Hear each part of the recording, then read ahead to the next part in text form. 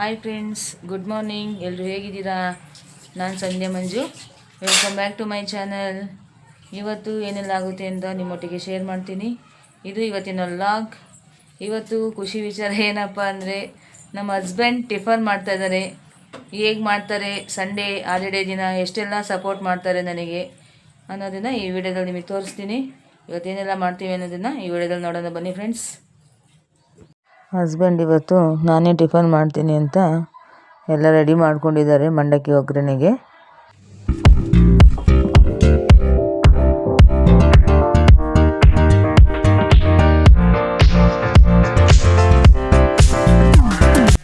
Sunday ಮನೇಲಿದ್ರೆ ಅಂತೂ ನನಗೆ ತುಂಬಾ ಹೆಲ್ಪ್ ಮಾಡಿಕೊಡ್ತಾರೆ.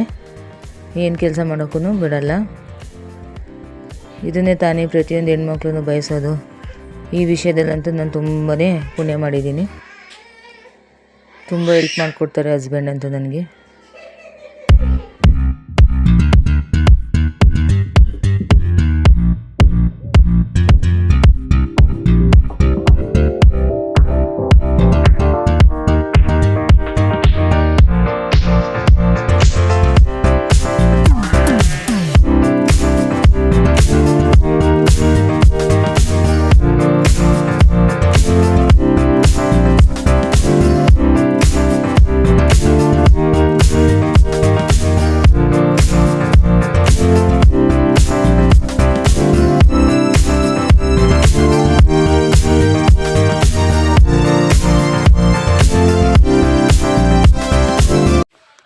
ಒಗ್ಗರಣೆ ರೆಡಿ ಮಾಡಿದ್ದಾರೆ.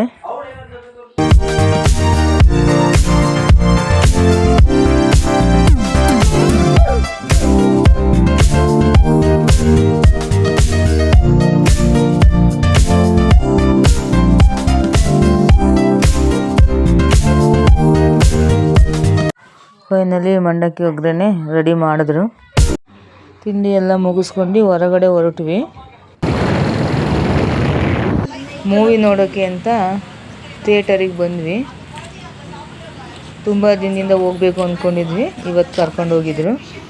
ಹಾಗೆ ಟಿಕೆಟ್ ತಗೊಂಡು ಒಳಗಡೆ ಹೋದ್ವಿ.